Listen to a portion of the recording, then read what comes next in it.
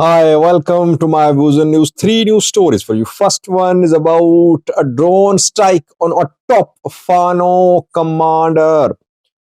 Did he survive or has he been killed? Where was this drone strike conducted? It seems that Ethiopian military had received very accurate intelligence about the movement of this top Fano commander. No strike has been in an area where Fano has been operating, and Fano has captured some territories in this area recently. Secondly, an arrest in Tigray. A journalist has been arrested in Tigray. Tigray seems to be no different from Ethiopian federal government. Both are not tolerating criticism. Thirdly, Isas Afwerki is back in Eritrea.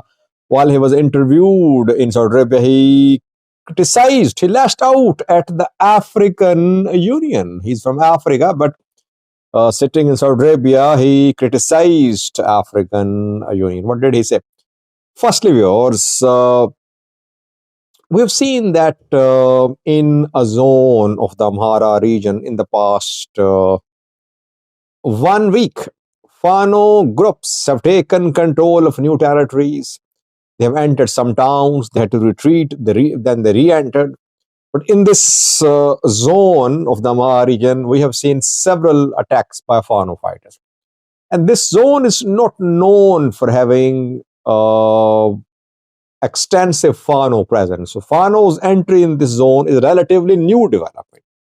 I'm talking about South Wollo zone of the Amhara region, where there is Dasik, there is Kambolcha. If you remember, Mere Wadajo talked about Dassi and Kambolcha, especially a few days ago. 2 days ago, he said that soon East Amhara Fano would take control of Dassi and Kambolcha. And we have seen fighting close to Dassi.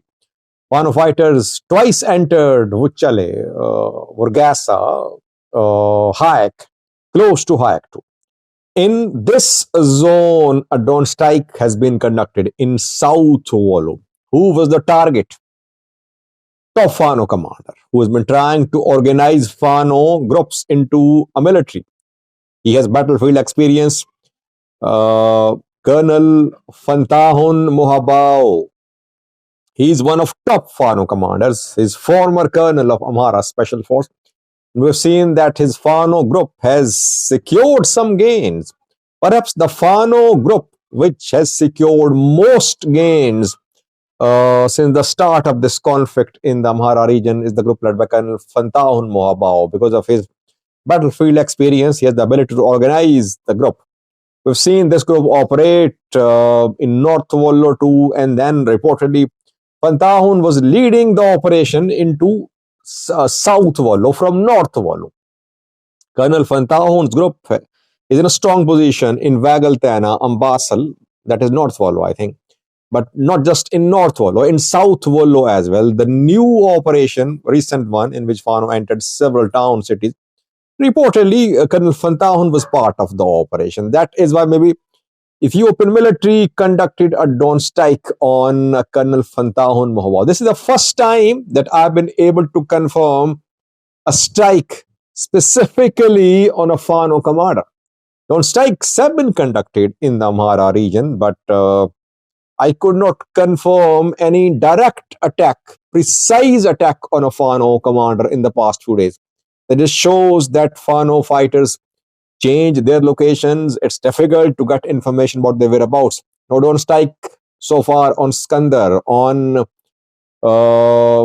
East Amhara Fano commander, Wodajo, on Masafint, on Blatishigao, Meketao, etc. I have no information. Maybe those strikes were conducted, but I don't have any information. I did not receive any information about a strike on these commanders, and they escaped narrowly. This is the first time that a commander narrowly escaped a drone strike. Colonel Fantahun Mohabao. Reportedly,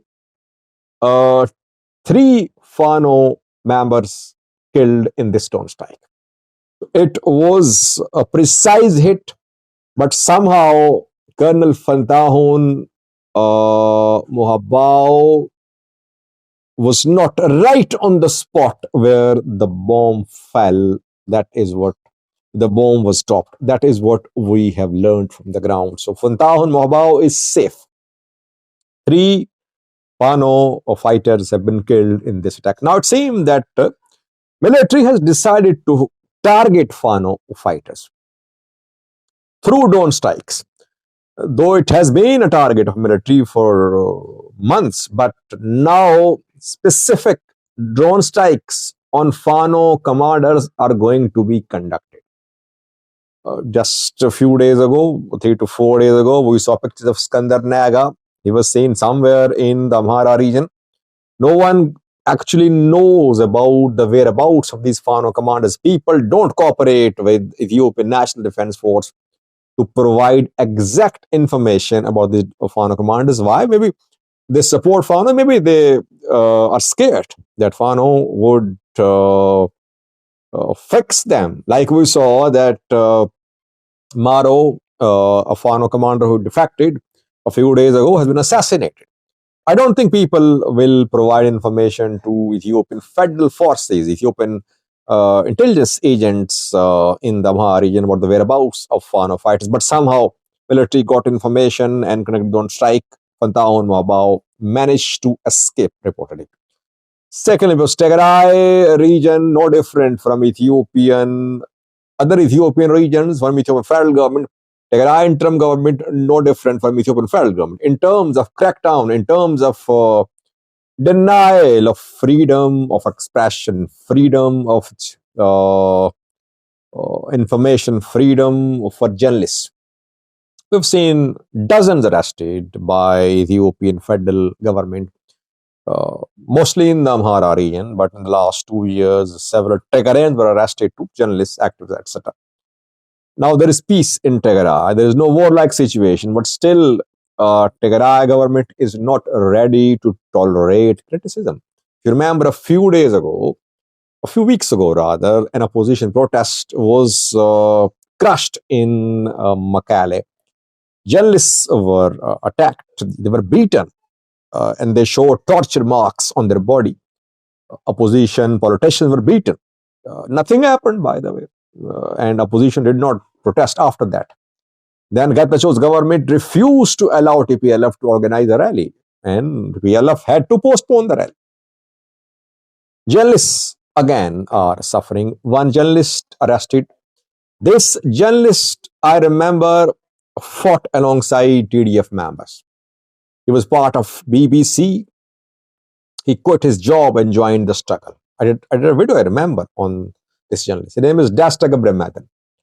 Dasta was working for the BBC during the war.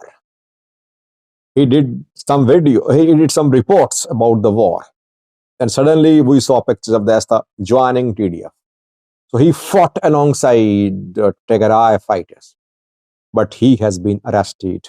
He is in a prison in Mekelle, his wife has confirmed. Who arrested him? Obviously, Tigray interim government. Why? Because of his reporting.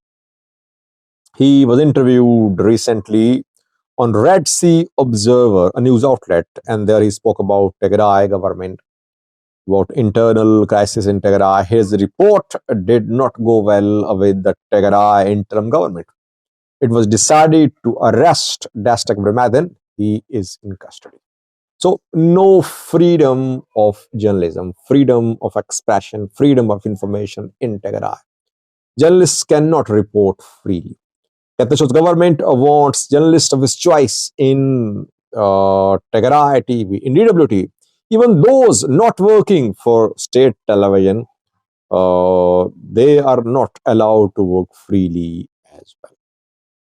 Thirdly, viewers, Isaias Afwerki, Eritrean President, is back in Eritrea. For almost 5 days, he stayed in Saudi Arabia.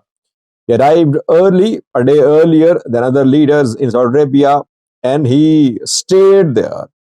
He held meetings with the Egyptian president, Somalia's president, South Sudan's president, Mohammed bin Salman, Crown Prince of Saudi Arabia, meetings with other African leaders too, and he was interviewed by Al Akhbariya, the Saudi television channel, He criticized he criticized African Union sitting in Saudi Arabia. I'll speak more on this in the coming live chat. You know that now we're doing daily live chats at 1300 Eastern Standard Time and 1800 GMT on daily basis. So we do live chats. So after a few hours, I'll be live. Isas Afwerki is back in Eritrea, but he criticized African Union when he was interviewed by Al Akhbariya in Saudi Arabia. Why? He said that African Union has done nothing for African people. Rather, African Union is the cause of political, social, and economic deterioration in Africa. Maybe he wanted to say that African Union was working hand in glove with Westerners, US or EU, and it was not working for the people of Africa.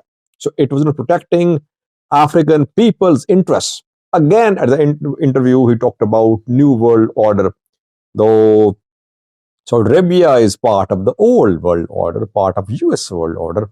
No change likely. Saudi Arabia, UAE are key US allies, though they have ties with China, Russia too, but they are mainly US allies. But he has been speaking about New World Order.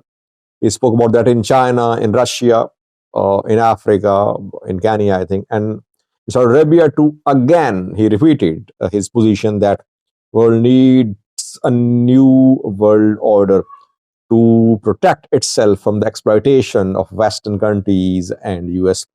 But he criticized African Union as if African Union is the cause of all evils, all problems in Africa. He did not take responsibility. If there are problems in Eritrea, who is responsible?